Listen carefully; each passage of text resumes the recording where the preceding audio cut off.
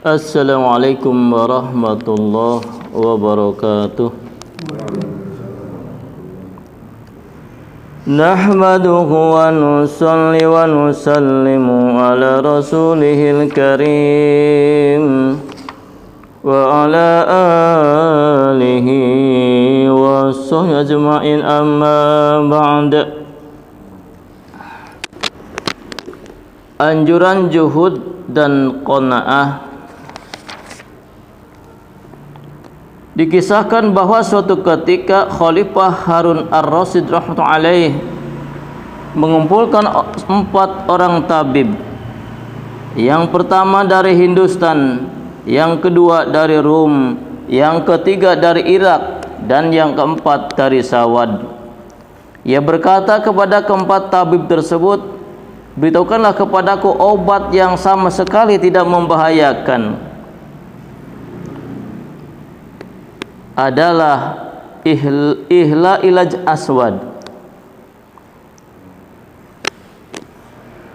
Tabib Hindusan menjawab, "Menurut saya obat yang tidak membahayakan adalah ihla ilaj aswad." Tabib Rum menjawab, "Saya rasa obat itu adalah habur rosadul ahyad." Tabib Irak menjawab, "Menurut pendapat saya yang tidak membahayakan adalah air panas."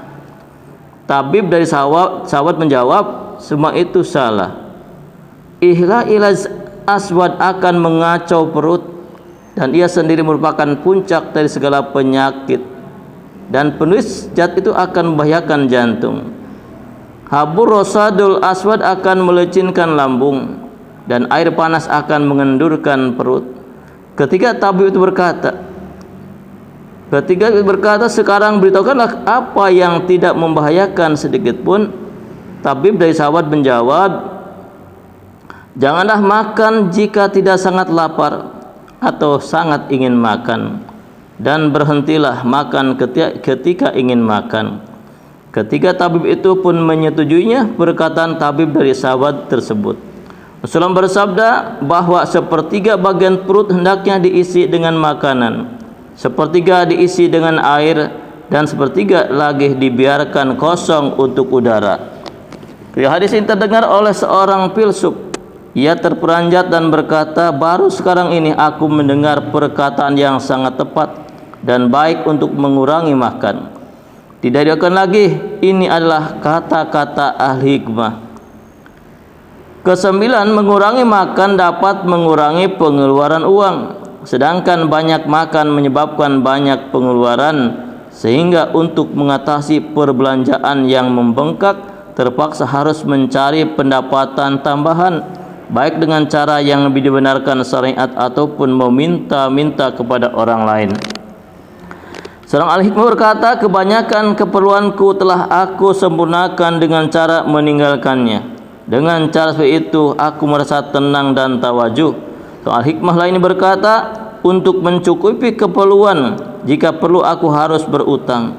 Oleh karena itu aku harus berutang kepada nafsuku dengan cara memahamkan kepada nafsuku, nanti akan aku bayar utangku itu kepadamu, yakni keinginan nafsuku ketika itu aku biarkan sebagai utangku kepadanya, dan aku akan membayarnya pada lain waktu."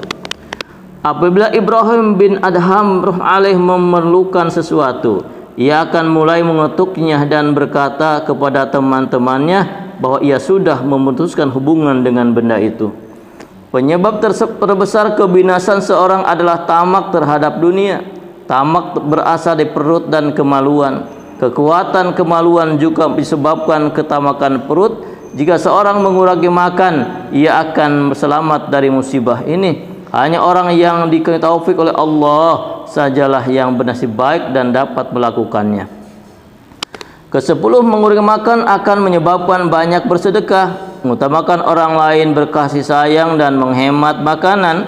Dengan mengurangi makan akan memudahkan seseorang untuk bersedekah kepada anak yatim, fakir miskin, dan orang-orang yang ditimpa bencana. Inilah antara lain bekal untuk memperoleh naungannya pada hari kiamat. Rasulullah bersabda, manusia akan berada di bawah naungan sedekahnya pada hari kiamat jika seorang banyak makan setelah makan itu menjadi kotoran, ia akan terkumpul di tempat busuk, sedangkan apa yang tersimpan di hajanah Allah SWT akan berguna selama-lamanya, sedangkan yang menjadi kotoran akan musnah. Sebagai sabda Nabi SAW yang telah disebutkan terdahulu, manusia mengatakan hartaku, hartaku, pada harta yang sebenarnya hanyalah 3 hal saja, yaitu 1 yang telah diselamatkan melalui sedekah, 2 yang telah ia habiskan untuk dimakan, dan 3 yang telah dipakai sampai usang. Selain dari 3 hal itu tersebut, harta adalah milik orang lain dan ahli warisnya, dan ia sendiri tidak memiliki apapun di dalamnya. Sebab itu telah banyak dibahas tentang keutamaan sedekah, dan 10 manfaat mengurangi makan telah dibahas secara ringkas. Setiap faedah mengandung banyak faedah yang lain disebutkan dalam kitab Ihya. Satu hal perlu perhatikan, yang sebelumnya telah berkali-kali tulis bahwa semua keutamaan itu benar adanya. Barang siapa yang ditaufik oleh Allah untuk mengamalkannya, itu ia sangat beruntung dan dapat menikmati kebahagiaan dunia dan agama, serta memperoleh derajat yang tinggi di sisi Allah dan di akhirat kelak. Namun dalam hal ini perlu diperhatikan mengenai kemampuan seorang untuk menahan lapar. Jangan seperti burung gagak yang mencoba menjadi itik lalu melupakan kepandaiannya sendiri. Ketika seorang mencoba untuk mendapat yang lebih, mungkin ia akan kehilangan sesuatu, dan ia mampu untuk mendapat sesuatu walaupun dalam keadaan yang serba kurang. Oleh karena itu, walaupun harus memberi semangat kepada orang lain dalam masalah ini, berusahalah untuk mendorong diri sendiri dengan mengamalkannya sebatas kemampuan. Jika orang sakit harus mengangkat beban yang berat, maka ia akan lebih cepat mati. Sedangkan kita adalah penderita penyakit rohani, dan rohani telah dimatikan oleh jasmani dan anggota badan. Oleh sebab itu, dengan keinginan usaha, semangat dan kesungguhan demi kesehatan, kita jangan sampai melakukan perbuatan yang memperburuk keadaan kita, di mana hal itu sudah terjadi pada saat ini. Imam Ghazali berkata, hendaknya kebiasaan mengurangi makan dilakukan secara perlahan-lahan. Orang yang biasa banyak makan kemudian tiba-tiba harus mengurangi makan, ia tidak akan dapat bertahan. Ia akan jadi lemah dan menderita. Karena itu perkara ini hendaknya dilaksanakan dengan perlahan dan mudah. Misalnya, jika seorang biasa makan 2 potong roti, maka dari 1 potong roti itu ia kurangi 1/28-nya setiap hari, sehingga ia terbiasa mengurangi separuh makan dalam masa 1 bulan.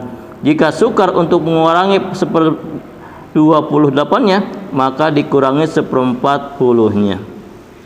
Alhamdulillah, hadis dan penjelasan daripada ulama-ulama tentang bagaimana supaya kita bisa berlaku juhud, tidak tamak terhadap harta, sehingga kita bisa membagikan sebagian yang kita miliki untuk disedekahkan pada saudara kita yang memerlukannya.